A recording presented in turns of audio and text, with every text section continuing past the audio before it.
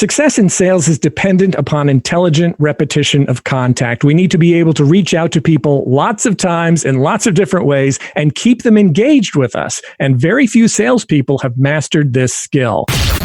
Increase sales, improve margins, and grow your business. Guaranteed. TopSecrets.com. Now, David Blaise. Hi, and welcome to the podcast. Today, co-host Chris Templeton and I will be talking about how to create intelligent repetition of contact with prospects and clients. Hi, Chris. Hi, David. Thanks for having me. I'm really excited to talk about this one because I think it's so important. Repetition of contact. You know, it seems that any sales position requires this. What is it that gives you the sense that salespeople aren't doing this, or maybe just as importantly, aren't doing it well? Couple of things. If you've ever heard a salesperson say, "I don't want to be a pest," that to me is a screaming red flag, right? Because what that generally means is they're not following up with people enough. They're not being in touch enough because they don't want to create waves. They don't want to bother the person or whatever. And to me, that's a function of not being very clear about your outcome for the conversation. Because your goal is not simply to follow up with people and get on the phone and nag them until they're ready to buy. If you are doing that, then yes, that's being a pest, but don't do that. Think in terms of what you actually want to accomplish, have reasons and excuses for contacting people so that when you are reaching out, you're actually providing value in the conversation, in the communication. If you do that, you'll be advancing the dialogue, you'll be helping your prospects, and you will not come across as a pest. And I imagine that the other thing is that if a sales guy says, "I don't want to be a pest," especially to a potential client, they already feel like they are one. Well, yeah, because you're planting that thought in their mind. The fact that you're thinking it and then let alone vocalizing, even if you don't say it, if you're thinking, "Oh, I'm afraid I'm going to be a pest," it's going to come through in your voice and you're not going to sound as confident as you need to sound, and it's not going to be helpful. If you actually say it out loud, "Hey, listen, I don't want to be a pest," then immediately their thought is, "You just said you don't want to be a pest. I now have to process the word pest in my brain and then draw a line through it because you're saying you don't want to be that." And maybe just by saying it, you're being a pest. So I think absolutely. It could be a self-esteem thing, but if you can just sort of get over this idea that you're being a pest, part of it though, and I always believe that confidence is tied to competence. If we're good at what we do, we're going to feel a lot more confident doing it. And so if you're not quite sure what to do, what to say, who to approach, how to approach them, then yeah, you're going to feel like that and you might feel like you're being a pest. So if you're feeling that way before you go into the call, ask yourself, okay, what can I do to add value in this communication so that what I'm saying to them is helpful to them? Because in that way, I can be reasonably assured that I'm not being a pest. Isn't a big piece of that in terms of adding value in a conversation about really being focused on your prospective client as opposed to focused on selling the product? Absolutely. Focused on their results. What is it that they want to accomplish? What do they need to have happen as a result of making this purchase? Just focusing on their goals, their desires, their outcomes. And when you're focused on them, it becomes a lot easier. I remember one of the first live training presentations I did, it was in Las Vegas, and it was a really long session. It was actually a full day training. Essentially, it went from 9 a.m. until 5 p.m. with breaks about every couple of hours. And I was young and stupid. And so I was just so fired up that I didn't really care. And so I went in and I did that. I did the presentation and it went very well and I was very happy with it. And someone came up to me afterwards and said, "Wow, weren't you nervous when you were doing that?"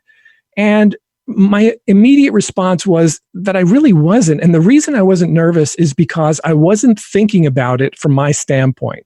I wasn't thinking, "Oh, I have to get up and talk to these people." I was so excited to share what I had to tell them that it was all about them. And I could get up there and be excited about it and not feel nervous because I knew that the information that I had to share was going to help them, because it was stuff that I wish someone would have told me when I was getting started or when I needed access to that information. And so I think for salespeople, if you can approach it the same way, if you're thinking in terms of what is going to help them to accomplish their results, you're going to be far less self-conscious, you're going to be far less nervous, and you'll be far more focused on delivering a message that will be helpful to them and increase your confidence. And when I'm focused on that person, I'm in such a better place. And I lose all of that kind of angst of why I'm calling and that sort of thing, just like you were describing in that training. Right. You make it about them. And it really changes how you approach things, doesn't it? It does. And it changes the way that people perceive you because they pick up on it. This is not something that can be easily faked. I don't know that it can be faked at all. There are some people who try, but I think it's usually transparent. I've seen people who try to do the whole schmoozy thing where they try to come across as, sort of authentic, but you can tell that underneath it all, it's just not happening. And so that's a big thing too, is that if you're learning that type of approach from someone who does it like that, and you're not comfortable with it, that's not going to come across well at all. Boy, the whole fake it till you make it thing is just not the best way to approach this, is it? No. And I think the idea of fake it till you make it, if you are not completely comfortable and you can sort of work through something and try to give it your best effort, I think there's merit to that.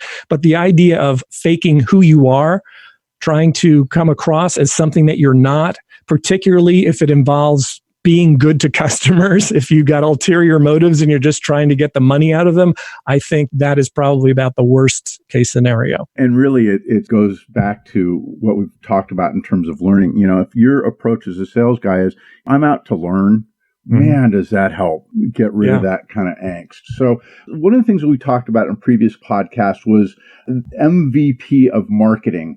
Message, vehicle, and people. Talk about how this applies to that process. Well, intelligent repetition of contact is all about the MVPs of marketing and sales. It's all about intelligent repetition of contact in the sense that when we're reaching out to people on a frequent basis, it's always going to be about the message. What is the message we want to communicate? The marketing vehicles, the combination of marketing vehicles that we want to use to communicate that message. If we're going to be in touch with people again and again and again, we want to make sure that we're mixing it up, that it's coming across a little different, that it's coming across with a different dynamic. And the best way to do that sometimes is to change the messaging around a bit, change the marketing vehicles around. I can say something via email. I can say something slightly different or something similar on the phone. Has a different dynamic. If I say something similar, whatever, in a podcast or in a video or whatever sort of communication I'm doing, if I'm consistent in the big parts of what I'm saying, then it's not as annoying, right? But if I just call somebody again and again, have you ever traveled in a car with small children? Yes, Okay. David, I have. So what's the big question they constantly ask when you're going on a long trip? When are we going to get there? Yeah. Are we there yet? Are we there yet? Are we there yet? There are salespeople who take an "are we there yet" approach to sales, or they just call somebody on the phone. Hey, you ready to buy? You ready to place that order? Are we there yet? Are we there yet? Are we there yet? And that's not endearing. That's not fun. And it's not the kind of thing that people generally appreciate. And so if you're able to mix it up a bit, you mix up the messaging, you mix up the combination of marketing vehicles you're using. Now, if this is just going to the same person, intelligent repetition of contact is not so much about people at that point because you're going out to the same person again and again and again. So you're saying, okay, how can I alter the message slightly? How can I change it? How can I change the delivery mechanism so that I'm not just saying the same thing exactly the same way over and over? I want to keep it interesting and fresh so that I'll get the response that I need. How much of this is about mixing the message between education, information versus sales? Well, I think we really want to lead with information that's going to be helpful, and we only want to get into the specific sales stuff when we're starting to close in on exactly what they need and when they need it and how much it's going to cost and when they need to take delivery and all that sort of thing. So it sort of evolves. I think with most salespeople, they recognize that it's almost like a funnel. Very often people refer to sales as a funnel. And if you think at the top of the funnel as being more general and establishing some sort of rapport and bonding and that sort of thing, and then working your way down to the nitty gritty, the specifics of what it is that you're going to be providing and what it costs and all that sort of thing, I think that can evolve pretty naturally. But yes, the messaging is going to change from the beginning, the early stage conversations, to the middle stage conversations, to the conversations that lead up to the close. Right. That's a great point. And having that mix in place. A lot of this sounds like it's about using scripts. And my sense is a sales guy reading a script that's like the last thing a good salesperson wants to do. Is that what you're suggesting? I'm not suggesting that they use scripts. I may be suggesting that they at least have some bullet points that they want to hit, a general idea of what they want to accomplish in each communication. Where am I going with this? That's a great way to put it. People need to figure out sort of the gist of what it is that they want to say. If you have a purpose for your communication, if you know what it is that you want to communicate going in, then the likelihood of getting the result you want is greatly increased. If you're just going in with the idea of winging it or touching base or connecting or following up, then it's just not likely to result in what you're looking for. So really, when it comes right down to it, it's about purpose. What's the purpose? Some bullets that are going to help you stay on track without it being fully scripted, and what the results are that you're looking for at the end of the call, right? Right. And you don't have to accomplish 100 different things in a call. If you have one primary thing you want to accomplish, you can keep it brief, you can keep it focused, and people will appreciate that you're valuing their time when you do that. So it doesn't have to be a big thing. It doesn't have to drive you crazy, but you just need to know what is the purpose of this communication and how can I get the result that I need. A little practice doesn't hurt, does it? No, and that's what we should be doing every day. Every time we're in touch with a prospect or client, it is practice. Most professions recognize this. If I go to a doctor operates a medical practice. Yep. If I need an attorney, it's a legal practice. If sales is going to be a profession, it's going to need to be a practice, which means we're constantly practicing. We're trying new things. We're trying new approaches. We're seeing what works best to get the results that our clients are looking for. It is so well put, and I think it's so easy to lose that, both from a management perspective and from the guy who's doing sales. I just need to get out there.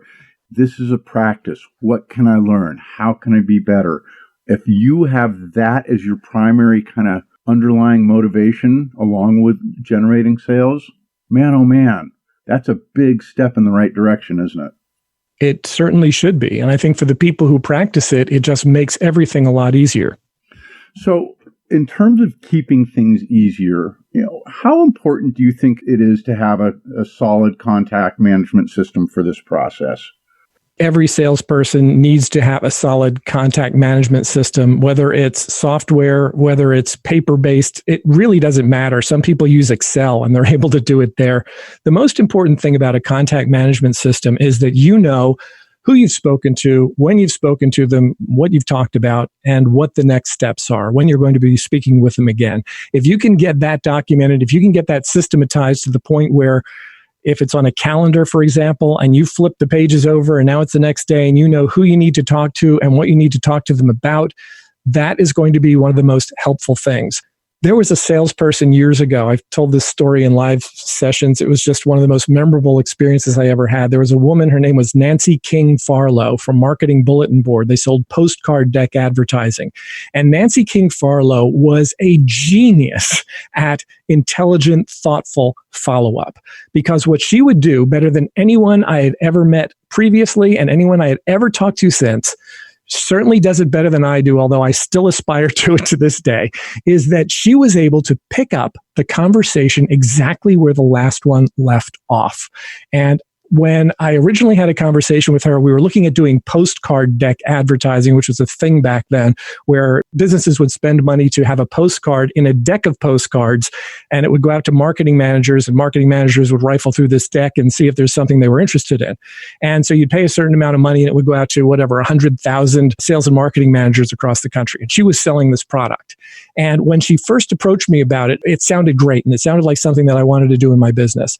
And when she told me the price, I sort of swallowed hard and I was like, oh, okay, yeah, well, that sounds really good, but not a real good time at the moment. We're just in the process of moving. And so I think we're going to have to put this off for a little while. And she said, okay, that's no problem. When do you anticipate you'll have your move completed? And I said, well, we should probably be good in about 90 days or so. We should be moved within 90 days. She said, okay, well, no problem. I'll give you a call back. And I'm like, okay, great. And as many prospects think, it's like you've slipped the noose, right? You're sort of wiping your forehead and going, right. Wow, I slipped that one. And you promptly forget about the conversation you had. And in a lot of cases, that's fine because the salesperson never contacts you again. They just forget about you. If they don't have a decent contact management system in place, they forget about you, or they don't remember the conversation, or they might call you back later and say, hey, I sell postcard deck advertising. Is this something you're interested in? And then you say no, and the conversation's over, right? Not so Nancy King Farlow. No. She was great. About 89 days later, Chris, yeah. I get a phone call. Pick up the phone. David Blaise. David, hi. Nancy King Farlow calling from Marketing Bulletin Board. How did the move go? I'm like, I'm sorry, who is this? Nancy King Farlow from Marketing Bulletin Board. You'll recall we talked about 3 months ago, you said you were in the process of a move. You'd really like to do some postcard deck advertising, but the timing wasn't good. I was just wondering, how did the move go? Good. Went well. It was fine. Thank you. Oh, okay. So what are you thinking in terms of postcard deck advertising? Well, yeah, still kind of busy, still sort of settling in. Not really a good time. No problem at all. When would be a good time to be back in touch? 89 days later, I get another phone call. David, hi, Nancy King Farlow calling from Marketing Bulletin Board. Are you all settled into your new facility? Right. So what she did, which was pure genius, is that she took whatever I said, accepted it as fact, and then led off with it in the next conversation. And I just thought she was brilliant. I just thought she was gifted. I thought she was some sort of sales savant who just knew how to do this. And it wasn't until years later that I realized you can do this if you've got a decent contact management system in place. You just write down what it is that the person said. You put it out, whatever, 90 days, and you say, talk to this person. This is where they left off, right? And later, I sort of kid about this. I could sort of picture Nancy King Farlow sitting in some sort of call center, smoking a cigarette and going, okay, I got to talk to this guy about his daughter's dance recital. And then she calls like, oh, and that's really what it got down to is eventually it's like, David, hi, Nancy King Farlow calling. How did your daughter's dance recital go? And I'm like, oh, yes, Nancy, so great to hear from you. So, long story short, of course, eventually I did end up buying the postcard deck advertising. It did too well in that we got more leads than we could handle. We got swamped. We didn't have the people to be able to follow up with it, but it was a very good investment and I'm glad I did it. But more than anything else, I'm glad that I was able to learn from her and say, wow, if we can aspire to something like this, our businesses will be 100 times better. And I think one of the things that's really important about what you told in this story was her non-resistance. She was like, that's fine. And at some point, initially there's that, okay, she called back again. And then the third or the fourth call, you're like, oh, hey, Nancy, how you doing? I haven't gotten there, but I actually am thinking about this. And without that resistance and without that feeling of I've got to sell on this call, put her in a whole better light with you, didn't it?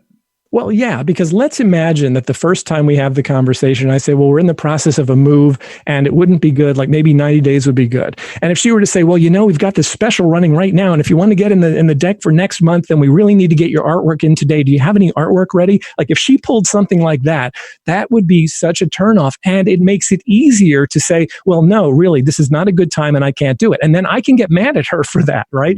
Prospects can get mad at you when you take an approach like that. But when you take an approach that says, look, if you want to do this, I'm happy to help you with it. And that's the vibe I got from her. She's happy to help me with it. If I don't want to do it, hey, it's going to be my loss. I'm not going to be in the next deck that goes out. It's going out to 100,000 people. I'm not going to be represented. I already know that. She didn't have to lecture me on it. I already knew that. So she knew the value of what she was selling. She believed in that. She was able to communicate it well. And she didn't have to do that in a way that would make me feel like I needed to be doing it right now or else I was going to lose out. And in terms of repetition of contact, she did it intelligently, didn't she? Yes, she did. Better than anyone I've known. Okay, let's talk about what are the action steps to implement intelligent repetition of contact. All right. Well, I'd start with considering what you can say that will be interesting and valuable to your prospect. If you've had previous conversation, take notes. Where did the last conversation leave off? Can I lead with that? And if they said they were going on vacation and they were going to France and you're having a conversation a month or so later, you can lead off with that. Hey, Chris, how is France? I've always wanted to go there, right? And they'll be happy to tell you about that. And they will also be happy that you paid attention to what they said. And this is something that I've stressed so often to salespeople in live presentations. Sometimes when you do this just right, people are going to feel heard, and they're going to feel heard in a way that they might not even feel heard at home. Right? It's like my family and friends and loved ones don't listen to me as closely as this salesperson does. And when you can achieve that, you can accomplish that, it's just like magic. So that's the first thing. Consider what you can say that will be interesting and valuable to your prospect. Pay attention to what they say. Repeat it back to them. Pick up that next conversation where the last one left off as much as possible. Second, think in terms of the reasons and the excuses for contact. Like the reason I'm contacting is that you mentioned you have an event coming up and I wanted to make sure we didn't miss your deadline. That's a reason. An excuse for following up would be something like, hey, I saw this article and I thought you would find it interesting. So think in terms of both reasons and excuses. And you can mix up exactly what they mean to you. But if you think of those as two different things, the excuse is that I saw this thing, or the excuse is I was talking to somebody, it reminded me of a conversation that we had and I wanted to get this to you while it was still fresh in my mind, that type of thing. It will allow you to mix it up and engage in that intelligent repetition of contact rather than just being annoying and repetitive. And then the third thing is, instead of one-off messaging, if you start thinking in terms of sequencing your communication, right? It's not just, I'm trying to sell you this, when are you ready to buy it? It's like, how can I communicate different messages over a longer period of time, if necessary? If they're ready to buy the first call, you don't need to do it. Right. But if you're prepared, then you're not going to find yourself in a situation where you don't know what to say and you say something like, hi, Chris, I'm just calling to follow up, which is just brutal. Can't stand that. Oh, no. We've all done it. We all have. Oh, man, have we ever. You know what? Intelligent repetition of contact is so important. It should be fun. It should be easy, non-resistant, something that you enjoy doing. You have a little bit of a plan for that really makes sense. And when you can do that, you end up with a relationship, and somebody, when they're ready, are going to think of you first. Isn't that the bottom line?